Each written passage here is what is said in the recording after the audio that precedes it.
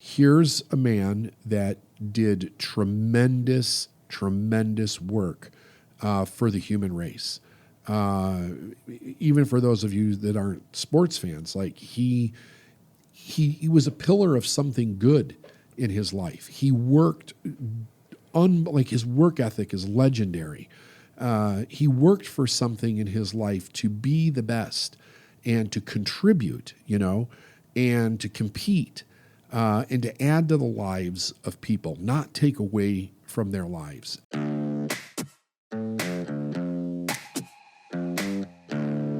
Successful people learn how to make their mind work for them. I'm David Nagel, and this is the Successful Mind Podcast.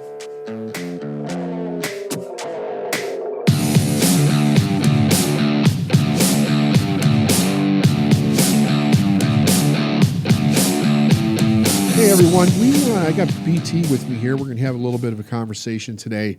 The recent news that Kobe Bryant and his lovely daughter and 4 other people, I believe, is that right? I was actually 9 total. 9 total Yeah. died in a pretty bad helicopter accident in Calabasas, California. I've been watching the news now for 2 days on this, on and off, talk to a lot of people. And one of the questions that I keep getting, I've had numerous people text me on this, send me emails and ask me, how could this be? How could something like this happen? He was such a great guy. His daughter was, completely innocent. It sounds like the other people on the helicopter were great people. And instead of, I was just like, it's tragic, it's a sad thing. I feel terrible for the families that are left behind. I can't imagine what they're going through. It's got to be such a horrible moment in their lives. But as I started thinking about it a little bit more, I was thinking, for those of us that are struggling with this, or anybody that we lose, especially suddenly, when we start going down the road of asking ourselves, how could this happen? I think we have to be very careful. We need to ask ourselves what it is that we believe that's causing us to ask that question. And let me explain what I mean by that a little bit. I think that it's times like these that bring out the true belief that we're carrying around inside of us about life itself. And what's unfortunate is that a lot of people carry a belief that in some way, if we're doing good in life, or if we're doing good in the eyes of God, or we're leaving a lasting impact on the world in a better way, that we're not susceptible to a tragic accident. And I heard a couple people say, what really bad luck. And it's like, no, you got to be real careful on that road. The moment you start going to really bad luck, you're really putting a power that does not exist on a real life event. It's not bad luck. It's not good luck. It's not luck at all. Luck does not exist. It's an accident that was caused by some kind of error. Either it was a mechanical error, or it was a pilot error, or a combination of both, weather error.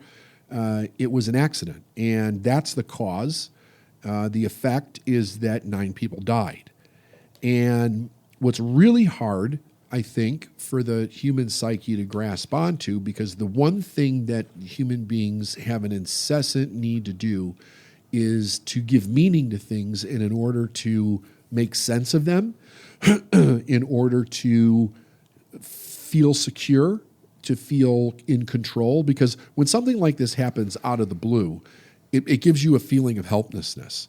It gives you a feeling of being unsafe. It gives you a feeling of not being in control. It always raises the question of our own mortality. It really thrusts the truth in our face that we could be here 1 minute, and in a second, we literally could be gone. So I think that's where we have to really think about, that is very much the truth. And when we try to cover that up because it makes us feel insecure, I think what it does is it causes, we need to pause, we need to take a breath, we need to understand what the real truth is and not hide in the delusion that there's something else that is going to protect us from making a mistake in life, whatever the mistake was. And I'm not blaming anybody or insinuating anything, but what we do know is that something went wrong, and it's not a divine will. It's not bad luck. It is unfortunate in the sense that several good people were killed. It's unfortunate for the pain that the families have to go through, and it's life. It is a hardcore lesson of life that our safety, our real safety, comes in our ability to adapt to situations as they're happening in life, and by making good decisions. And if an error happens in any one of those areas, we're susceptible to whatever the consequence of that actually is. So what are your thoughts, Brandon? Well, I'm grateful that you started with that, because I think that's what I was grappling with since I found out yesterday afternoon from you, actually. I was watching something on television, had no awareness around any of this happening. You had texted me, just rest in peace. And at first, my first inclination was, okay, this is one of those hoaxes, because this happens with celebrity. Yep. They put something out and then all of a sudden it's a hoax. So immediately I was like, no, this can't be true. This can't be true. And then turning on the news and realized that it was very much true. And then the speculation started. Who was with him? There was 5 people. Was there 7? Was there 9? Was his daughter with him? Was his wife with him? Were all of his family with him? And it began just the rest of the day in, relative just sadness, like just really brought me to my knees, sad. And what you said at the beginning of this was so perfect, because it did, anytime this happens, it questions like my mortality. And I always, even today on Facebook and yesterday on Instagram and all these other places, just the fragility that life is. And it takes something like this to happen to remind me of that. And then over time it lessens, and then you just go about your business in the day to day. But I think the one thing that really I struggled with, even though I didn't follow Kobe's life after basketball as much, was that we are all vulnerable in some way, shape, or form, and accidents do happen. I'm not going to blame anyone for what happened. And here's the thing: people die every day. Every day. People die every single day, and Millions. it doesn't hit me like this one hit me. And whether it was the fact that he died with his daughter there with him, that hurts. Knowing that he left behind a beautiful wife and 3 other children, that hurts. Knowing that he has impacted so many people and was doing great things outside of basketball, that hurts. But at the end of the day, what helped me this morning when I woke up was celebrating the man who was Kobe Bryant. He wasn't always perfect, and news outlets picked it up, all the sexual assault from 2003 and all these other things. I remembered when that was happening in real time and how difficult it was. But I was having a conversation with someone on Facebook today about, he owned it every step of the way. He dealt with whatever it was, and he came out of it bigger and better. And he not only was stronger mentally after that, but he was stronger physically, and he went on to win more championships. Winning helps everything, and in Kobe's case, it did help him put that chapter of his life behind him. But what I was most profoundly impacted by all of this was just the support that this man had, both in life and in death, because one of our favorite books, Relentless by Tim Grover, he's prominently featured as one of the people who worked with Grover in his athletic training department. And it was really cool to see just the outpouring of support that came through. It was a really heavy day yesterday. I didn't even, I was trying to watch the NFL Pro Bowl, like the All-Star game for the NFL, and it was just really heavy. Like the reporter was crying as she was trying to deliver interviews. They were chanting in the crowd, Kobe, Kobe. It seemed like this whole cloud was weighing heavily. And the Grammys were last night. I didn't even know the Grammys were last night. And then they were talking all about all of the people that were, honoring his memory. And it was just so raw. It was so real. And it was so incredibly sad. And yet you have to move on. Like we can't just sit and dwell on it. And I think my heart hurts the most for the family. I can't imagine what Kobe's wife, Vanessa's dealing with today. Not only did she lose a husband, but she also lost a daughter. Yeah, that's horrible. It's horrible. And at the same time, things happen. Accidents happen. It's just, it does make me question like a lot of things. And I think that's why I was such a shit to be around yesterday. I just wanted to be by myself. And I think that's been my MO, is whenever something horrible happens, like I've lost friends, in the past to, accidents or suicide or things of that nature. And my initial reaction is to retreat and just isolate. And I think a lot of times that isn't necessarily the most healthy way of dealing with things, talking about it. And I think that's why, when we were talking last night, I think it would be a good idea to, interrupt our regular schedule and put this out as a way to not only, help those people who listen to you and love what you have to say about these types of things, but also help to heal ourselves. Because I know when we did this for Anthony Bourdain back in 2018, when he tragically left this earth, that helped me move past it. And I think you present a very great way of how you look at these types of things. And that's what I greatly appreciate. Yeah, the Bourdain one, that really caught me off guard also. It was like we had just gotten in the office that morning. We were in a meeting when somebody said that he had taken his own life. So I think we have to be, I think that we should celebrate his life. He was a really great person, and here's one of the reasons why. Because you made a very interesting comment. You said that millions of people die every day, and we don't get upset about it. And it's not like either one of us knew Kobe. We never even met him, but people have, when you have heroes or somebody that you admire and you watch their career, or you follow their life or whatever, there's an intimacy that gets created between you and who you think that person is over time, and what they mean to you. So when they die, it's not unlike having somebody you knew die, because you created an intimate connection with that individual. They were a hero in your life, or whatever it was that they meant to you, and all of a sudden that's taken away. It's gone. So we feel that loss, versus like you could hear people die every day on the news, but you don't know who they are and you don't feel any kind of loss, and really just another thought in your mind. But when it's somebody that you've created this intimate connection with in your own mind, then we actually feel the loss of that. And one of the things I think about that is unfortunate about this is I think that it's a time for mourning. It's a time for grieving, and it's a time for celebration of his life. And I really don't condone the people that want to go back and trash talk about his mistakes. I just don't think it really belongs in the same, like there was a time for that. That's over. But here's what's interesting about it.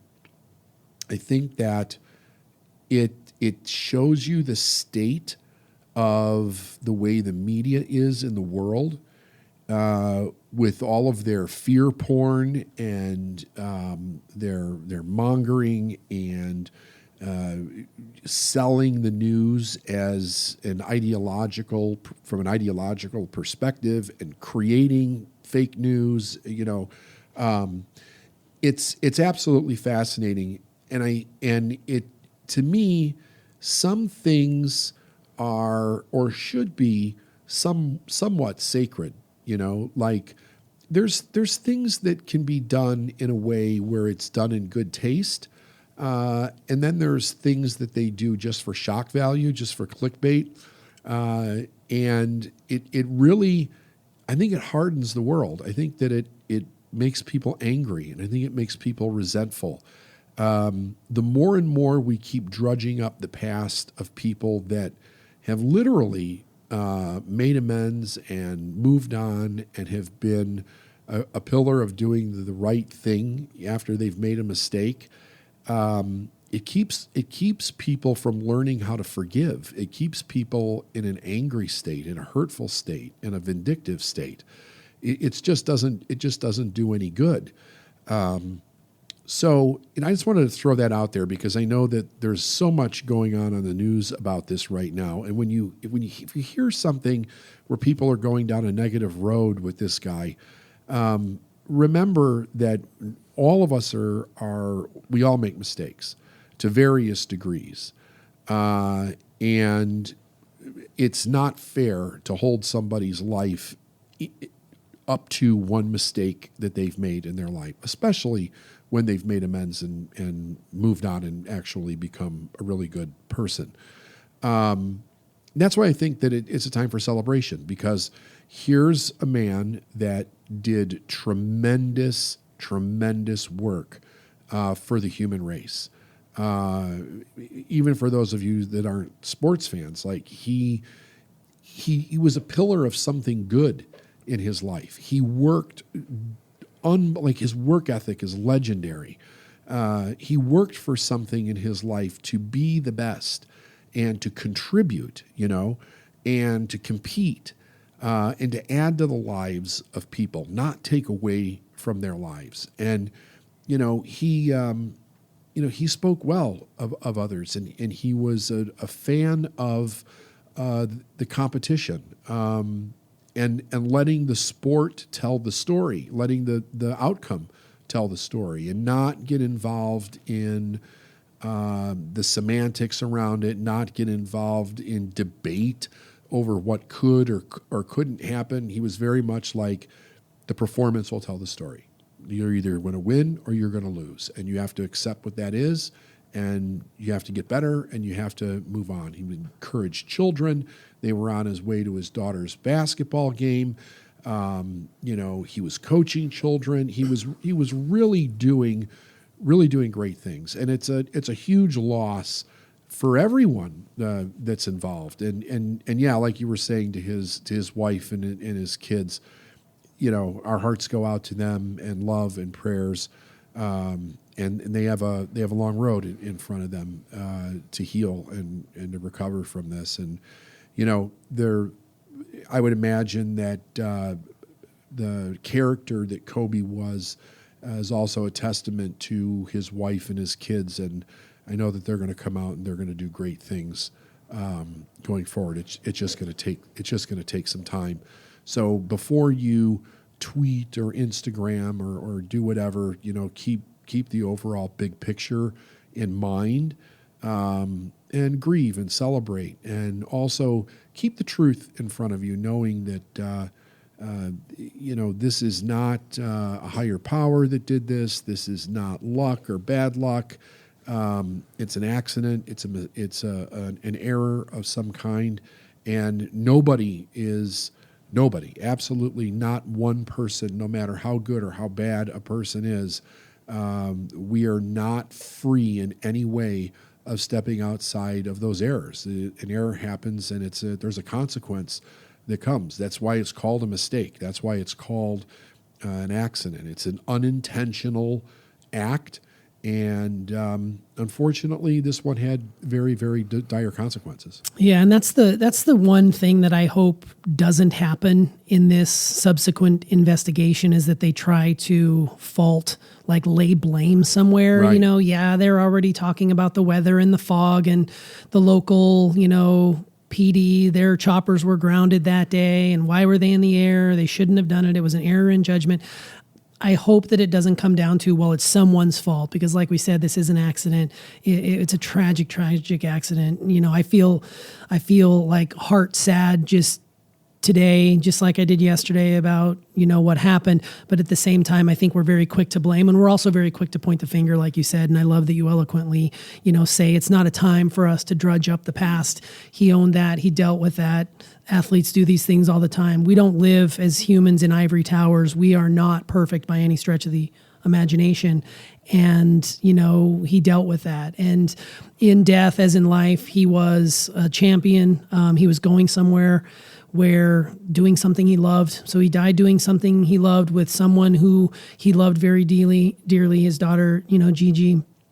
It's really, anytime someone dies, it's sad. When a child dies, it feels as if you've been robbed of a lifetime, but it happens all the time. And, like we said going into this, we wanted to just put it out there, our feelings, and be authentic in understanding that accidents happen. And at the end of the day, it's tragic. It's going to take some time to get over and heal from, but we will heal. Will this galvanize people for a time? Maybe. But that's really not what it's about. It's about, celebrating. I think that's the big thing, is celebrating the person that he was. And I think what I take away from Kobe, my greatest, feeling toward him is just, like you said, his relentless pursuit of greatness.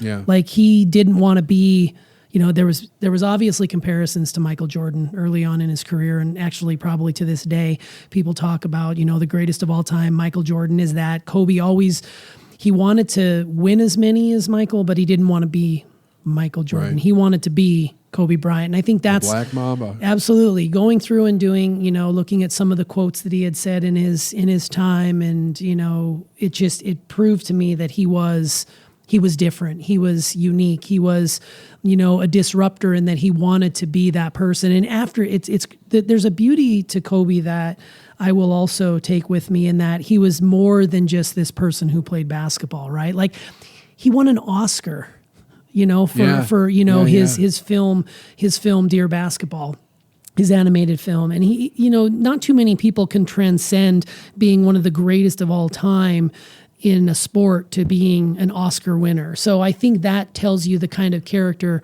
the kind of creativity, just the kind of human being he was. And this is a human. Whether you liked him on the court or you loathed him on the court, you can't fault the accomplishments that individual did. And just watching him do his thing. I mean, I remember just before, he retired, he was going into it. He wasn't feeling the greatest. His body was breaking down.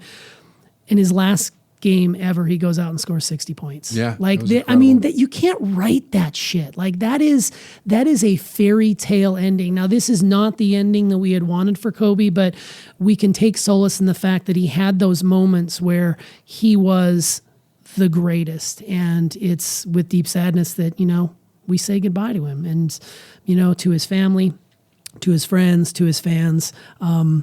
I'm sending nothing but love and light to them, in hopes that they can get beyond this tragedy and, be able to look back and celebrate the man and his daughter and all the other individuals who were on that. And can I also say, including the pilot, like, he's been mentioned the least of everybody. Yes. Which I think is very unfortunate. Kobe is the one that's mentioned the most because he's the celebrity, but in my mind, in good taste, everybody needs to be held with the same reverence in this. Like, they all had families. The pilot also. So yes, they did. Let's remember him in our prayers too. That's well said. Absolutely. So, David, is there anything else you want to say as we walk off with this one? No, just bless everybody and be grateful for every day that you have, and let the people around you know that you love them. Tell them you love them. Yeah, don't let a day go by without telling the people closest to you how much you love them, you care for them, because you never really know what's going to happen from moment to moment. So we appreciate you letting us update our schedule here and get this in a timely fashion. Our thoughts and prayers go out to all the individuals who were in that accident, and we hope this has been in some sort healing for you, as it has been for both of us. So thanks, David, for allowing this to go. Yeah, God bless you all.